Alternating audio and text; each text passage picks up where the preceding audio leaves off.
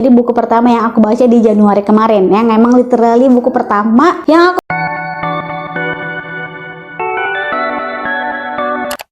Hello Bookbusters, welcome back to my channel. Halo semuanya, apa kabar? Aku harap kalian dalam keadaan happy and healthy. Terima kasih sudah klik video ini. Dan di video kali ini mungkin kalian sudah baca ya di judul. Lagi-lagi setiap bulannya aku mau kasih tau kalian rekapan bacaan aku di bulan Januari atau wrap up aku di bulan Januari. Sebelum ke videonya, jangan lupa untuk follow aku di Instagram @fatimuin, karena di sana aku ngupload bagus konten yang gak aku upload di sini. Pesan kalian tidak manis, siapkan cemilan dan air putih. So without any further ado, mari kita langsung ke videonya. Bulan Januari kemarin aku udah lumayan mood membacanya meningkat lagi. Dan tanpa lama-lama lagi aku mau kasih tau kalian buku apa aja yang menjadi wrap up aku. Buku yang pertama adalah ini dia, Lupus. Dua buku ini yang menjadi buku pertama yang aku baca di Januari kemarin, yang emang literally buku pertama yang aku baca. Kalau buku ini itu lebih menceritakan tentang kisah kehidupan sehari-hari Lupus dan beberapa sahabatnya. Dan salah satu karakter yang aku cukup suka juga adalah Lupus, karena menurutku Lupus ini adalah mempunyai karakter yang cukup kuat dan kayak bener-bener dia tuh kayak gak ada samanya gitu loh ya. Aku juga suka dengan bagaimana kekocakan si Lupus dan teman-temannya ini ketika dia itu kayak lagi ngombalin cewek, terus ketika dia itu lagi ngejailin si Poppy, kayak semua itu bener-bener bikin mood itu jadi naik gitu loh. Aku juga suka dengan gaya bahasanya yang sederhana banget, dan yang paling aku sukanya adalah ada ilustrasinya, dan yang kedua fontnya itu kayak gede-gede gitu loh. Jadi kayak pas baca itu matanya tuh langsung cepet bacanya, jadi kayak kalau baca ini mungkin sekali duduk bisa selesai. Buku yang kedua yang aku baca di bulan Januari adalah Almost Is Never Enough karya Sefriana Khairil. Buku ini menceritakan tentang seorang surrogate mother, yang dimana tema surrogate mother itu masih jarang ditemui di Indonesia dan kebanyakan di luar negeri mungkin ya. Kalau kalian masih bingung surrogate mother itu apa, jadi surrogate mother itu merupakan istilah untuk ibu pengganti. Misalnya ada seorang wanita yang lagi hamil tapi bukan anak dia, melainkan anak pasangan lain. Rahimnya itu disewakan buat pasangan lain gitu loh. Jadi kayak rahimnya itu dititipi anak orang lain, ngerti gak sih? Dan di dalam buku ini menceritakan tentang Mia yang menjadi surrogate mother buat sahabatnya.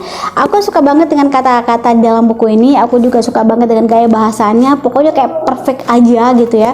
Kisahnya juga menyentuh banget. Ada romantisnya juga, ada bikin sedihnya juga, bikin gregetnya juga. Pokoknya kayak klop menjadi satu. Dan menurutku buku ini adalah buku yang the best lah yang aku baca di bulan Januari kemarin. Pokoknya kalau misalkan kalian suka dengan buku romance yang tidak biasa, buku ini bisa menjadi pertimbangan kalian untuk baca. Buku yang selanjutnya adalah Philosophy of Overthinking. Sebenarnya buku ini merupakan buku TBR aku yang bakalan aku baca di Desember, tapi karena banyak banget list TBR aku yang harus aku baca di Desember, jadi kayak buku ini tuh aku kesampingkan dulu dan bakalan baca di Januari. Tapi alhamdulillahnya selesai ya aku baca di bulan Januari ini. Buku ini itu lebih kayak kasih kita arahan atau kasih kita pemahaman tentang kalau overthinking itu sebenarnya boleh, tapi jangan berlebihan. Karena emang kalau segala hal yang berlebihan itu emang gak baik ya. Dan buku ini bukan hanya kasih tahu kita tentang bagaimana overthinking itu, dampaknya dan semuanya, tapi lebih kayak kita tuh bisa berdamai dengan overthinking kita, bisa stabilkan dan mengontrol overthinking kita. Karena kalau misalkan manusia itu pasti kan selalu overthinking ya, kayak selalu berpikiran hal yang sebenarnya mereka tuh nggak perlu pikirkan, tapi ya namanya manusia pasti ada aja yang dipikirkan. Jadi buku ini tuh kasih panduan ke kalian bagaimana sih dampaknya overthinking, bagaimana sih caranya biar kalian itu bisa overthinkingnya itu terbatasi dan gak terlalu berlebihan. Jadi buku ini tuh cukup rekomendasi banget buat kamu baca. Buku selanjutnya judulnya Afternoon Tea Time. Ini merupakan buku dengan cover yang tercantik yang aku baca di bulan Januari. Aku suka banget dengan covernya, saling perhatian, saling mendengarkan, saling kayak curhat-curhatan gitu loh. Terus yang menariknya buku ini sebenarnya kalau kalian dari covernya look sekilas itu emang kayak novel ya, tapi jangan salah, sebenarnya buku ini tuh merupakan graphic novel yang dimana di dalamnya itu adalah kumpulan gambar atau ilustrasi. Jadi kayak isinya tuh kayak gini loh. Jangan salah paham, buku ini tuh sebenarnya bukan novel, tapi graphic novel yang dimana fisiknya novel tapi isinya tuh komik. Tapi aku suka banget dengan ilustrasinya, aku suka banget dengan gambarnya, manis banget dan cute, dan aku suka banget dengan kedua karakter ini. Dia itu kayak perkembangan karakternya itu dapat banget dan kuat gitu loh. Buku selanjutnya judulnya Mulai Dari Nol Mimpi. Kalau buku ini menceritakan tentang sebuah kegagalan, yang dimana kebanyakan buku itu kayak lebih menceritakan keberhasilan, tapi buku ini menceritakan tentang bagaimana proses kegagalan public figure yang bisa kita contoh di dalam keseharian kita. Karena mungkin kan bisa kita berpikir kalau misalnya wah, orang-orang yang sukses itu ya udah sukses aja, mungkin ada privilege atau gimana, tapi ternyata itu tidak semudah itu, karena mereka tuh ternyata pernah mengalami sebuah kegagalan. Menurutku buku ini juga rekomendasi banget buat kamu baca, karena buku ini tuh memotivasi kita untuk terus berproses dan untuk terus bermimpi. Buku selanjutnya adalah Girls, dan buku ini merupakan buku keempat dari Minato Kanai. Ketiga bukunya tuh udah aku baca, dan ini buku terbitan yang terbaru. Kalau buku ini tuh menceritakan tentang dua sahabat yang bernama Yuki dan Atsuko. Nah, Yuki dan Atsuko ini bertemu dengan Shiori. Shiori ini merupakan anak pindahan. Singkatnya, Shiori menceritakan sebuah hal kalau dia tuh pernah melihat sebuah kematian sahabatnya kepada dua sahabat ini.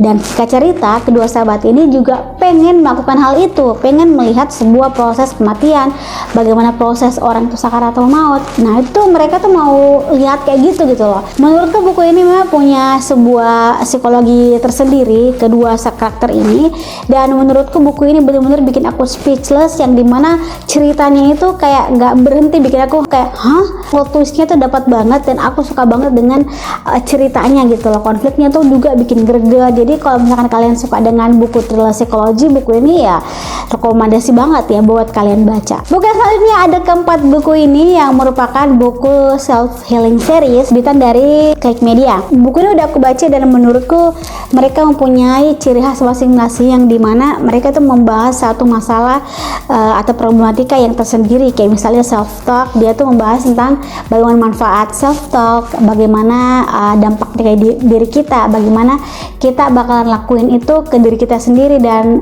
manfaat pokoknya semuanya lah tentang apa itu self talk. Terus ada juga self reward, yang dimana kalau misalnya kita sudah melalui sebuah perjuangan atau melalui sebuah proses, ya kita harus kasih kita reward kepada diri kita sendiri gitu. Terus selanjutnya ada Seni Menertawakan Beban Hidup.